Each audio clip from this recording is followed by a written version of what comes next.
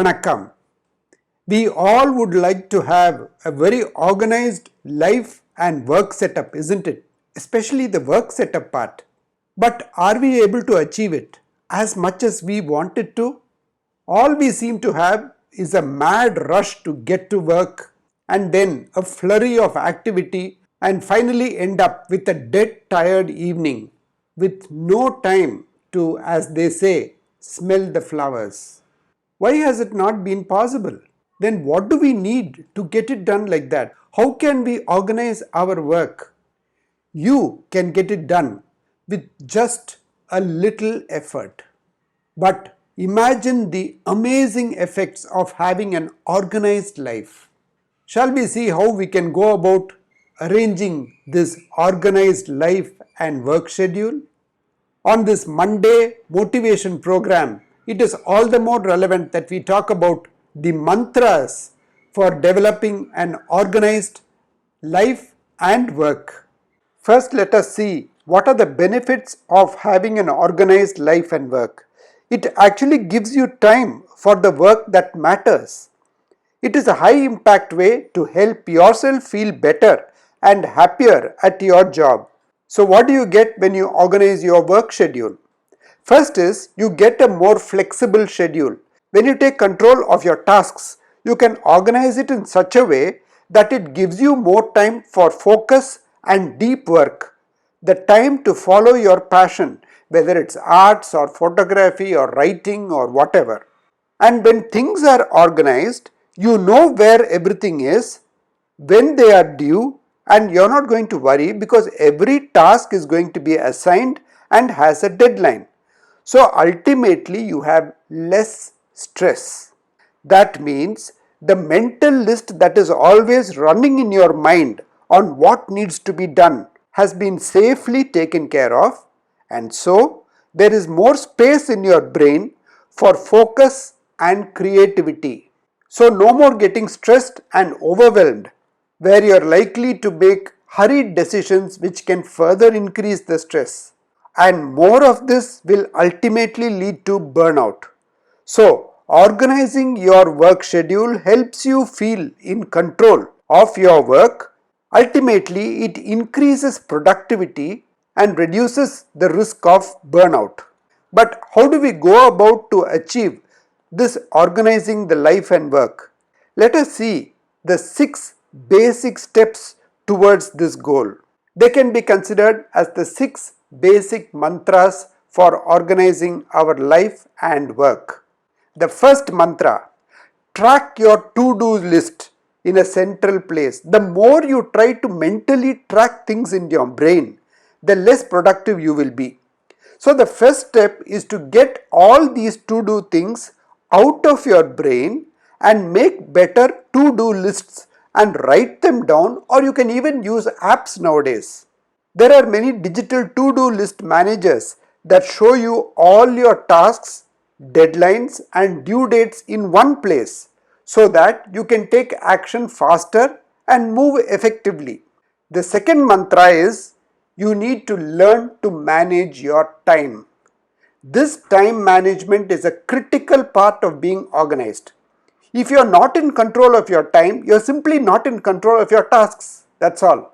The good news is that time management is a learnable skill. There are different techniques. You can try using each of them and then ultimately settle down for something that suits your style of working. The first technique is time blocking.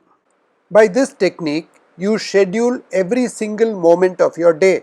It includes your meetings, your tasks and everything in between, from scrolling on Facebook or Instagram to lunch breaks, tea breaks, even chatting with friends. Creating such a detailed schedule gives you control over your time. You will become aware of exactly how you are spending your time and any opportunities to improve also. Sometimes something unexpected may crop up, but that would be an exception. The next technique is time boxing. For each task, create a goal to finish it by a specific time. So you are boxing that task. If left alone, tasks may fall into the trap of Parkinson's law, where work expands to fill the available time. If you don't box it, the work will keep spreading and eat into your other tasks. By time boxing, you can prevent this, ensuring that tasks take only as long as they need to. The third technique is what is known as the Pomodoro technique. This can help you get hyper-focused work done. It's a simple structure. Each Pomodoro consists of 25-minute work blocks bookended by 5-minute breaks. When you are in a Pomodoro, limit distractions and turn off all notifications, no WhatsApp, no Facebook. The goal is to focus solely on the task at hand. The fourth technique of time management is called eat the frog. It may sound a little weird, but eat the frog method comes from a famous Mark Twain quote who said, "If it is your job to eat a frog, it's best to do it first thing in the morning." So what it means is that you should tackle your most difficult tasks first. Start each day by identifying and completing your hardest tasks, going down the line until you are left with the easier items to end the day when you are really tired. This helps you take advantage of your most productive working hours, often when you first start work, to begin with a success. The third important step in organizing your life and work is to practice inbox zero. It doesn't mean that you have zero emails in your inbox. It means that you organize your emails and reduce your digital clutter so that you can stay on top of important tasks and updates. So, to do this, what you need to do is set a time every week or every day if needed to triage incoming messages. This can be applied to WhatsApp also. Review your inbox and organize every item by tasks or priorities. Try to apply simple rules that help move the process forward. For example, you can assign tasks as you read through the messages. So something needs to be done, take that and put it into your task manager or to-do list. All of us have got different types of work to be done. What we need to do is prioritize our most important work.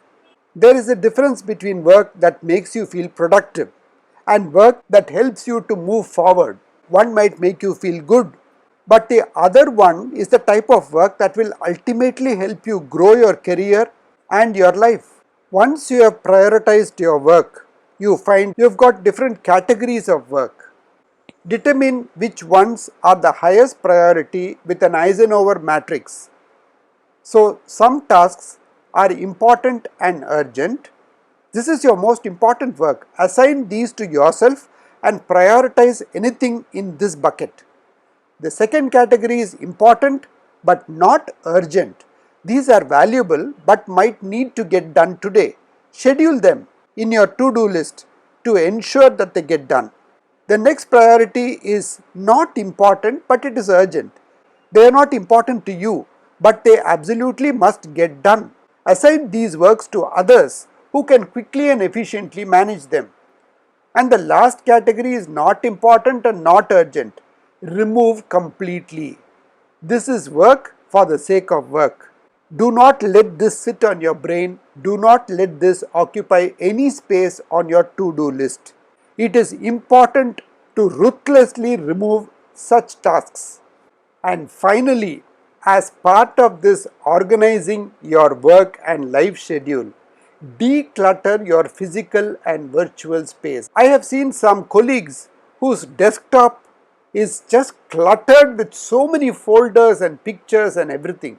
It is so difficult to find your way through it and it takes up valuable time in doing so. When you clean up your desktop or your desk for that matter, it's free of distraction. It can help you to feel more confident, creative, and even reduce anxiety. The same could be said for digital clutter. Unread emails, overdue tasks are the virtual equivalent of having stacks of past due papers in your workspace. So, virtual decluttering can be done by reassigning any overdue tasks with new relevant due dates, reading through and clearing out your notifications, practicing inbox zero, and time blocking your calendar to make room for more flow so that you can grow. And as you go through the process of decluttering, remind yourself that what you're really doing is protecting your future self from unnecessary stress. So, all the best to you for organizing your life and work, and all the best for a great future.